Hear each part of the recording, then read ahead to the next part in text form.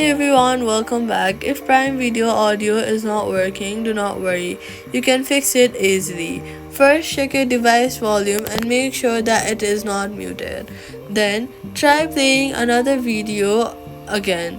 If the audio still does not work, restart your phone or TV. Swipe up from the bottom of your screen, look for the app, swipe it away, completely closing it, wait for a few hours, and then reopen it.